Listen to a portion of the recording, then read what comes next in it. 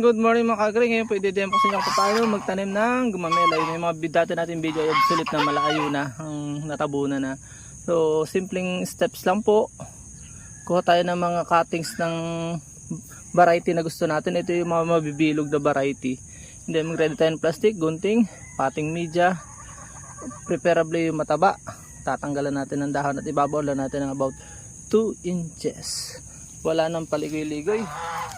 Let's go na. So yan o. Tanggalan lang natin ang dahon.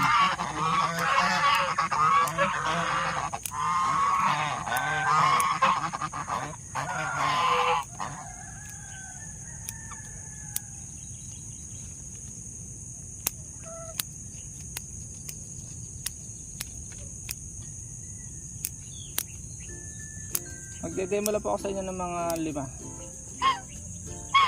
Ano.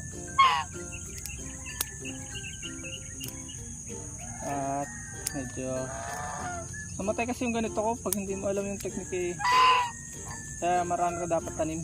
Gusto niya yung mga sandy loam, mga mabuhangin, clay loam, ganun.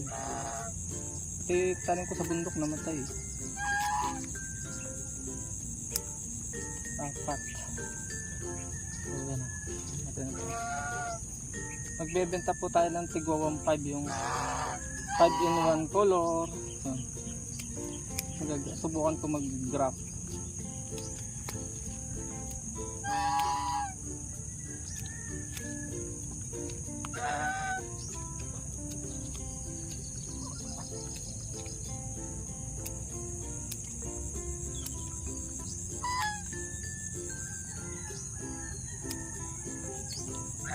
Yan, may 5 na tayo. Mamaya na uli. Mainit kayo sa video. Walan tayo ng isa.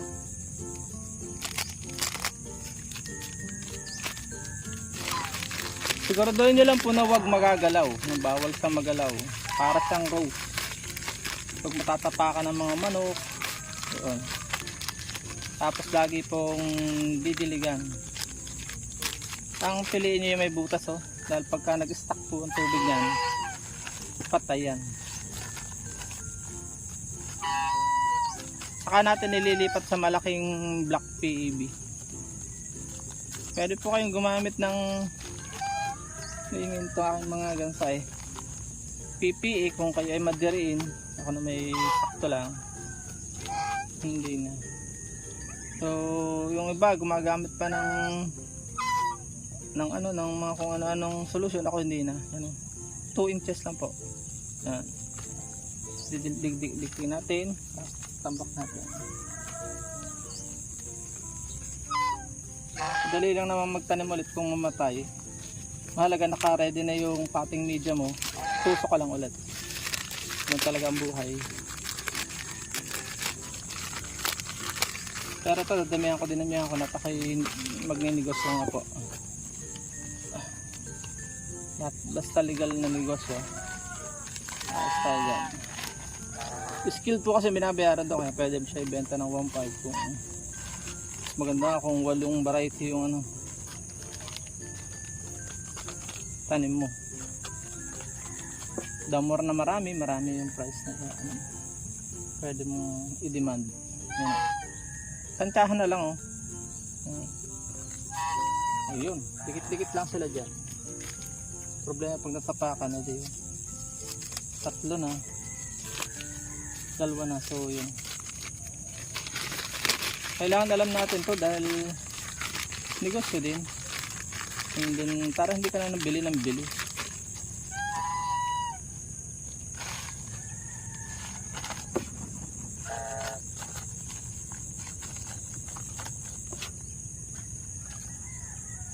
Ayan o.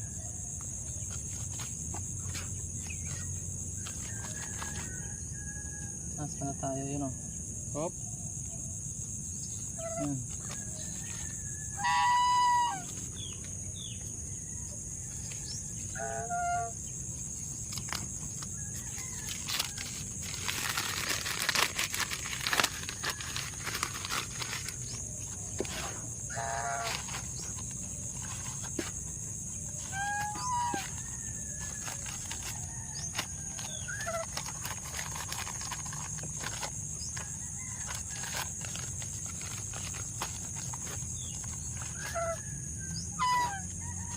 Yan.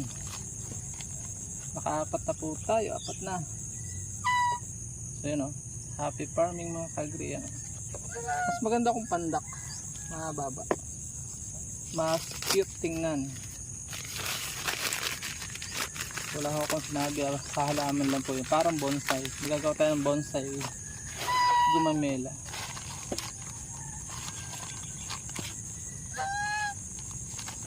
Hindi naman masyadong bonsai. Pinababa lang. Bonsai na din. Wala, ang pinaka-art niya is hindi yung katawan. Kundi yung flower. Wala tayong gagamiting ano dito. Napadami ang kinuha ko pero kailangan ko siya may tanim ngayon. Kulimlim naman, pwede ko na siyang yun lang, yun o. Madamo ko itong lagayan. Hindi tayo nagpapahaba ng video, basta may lesson learn na okay na. Bawal po sa magalaw kaya kailangan na yun. Ito yung nursery area ko dati, nilipatan ko lang. So, may finished product kong tayo 5. So yan ang mga kagre na tapos natin. Hope may natutunan po kayo. Paalam and God bless. Please support all Filipino vlogs para talat sa mga sa lahing Pilipino. Happy New Year po muli sa lahat. Bye po, God bless. At dyan po nagtatapos ang munti natin vlog. Kung kayo pinapagpala at mahilig kayo sa ganitong klase mga upload, please consider subscribing and hitting the bell icon so that you'll get notification sa mga upcoming namin videos. Ano po? Magkita-kits po tayo sa susunod natin mga vlog. Paalam and God bless. Bye bye po muna.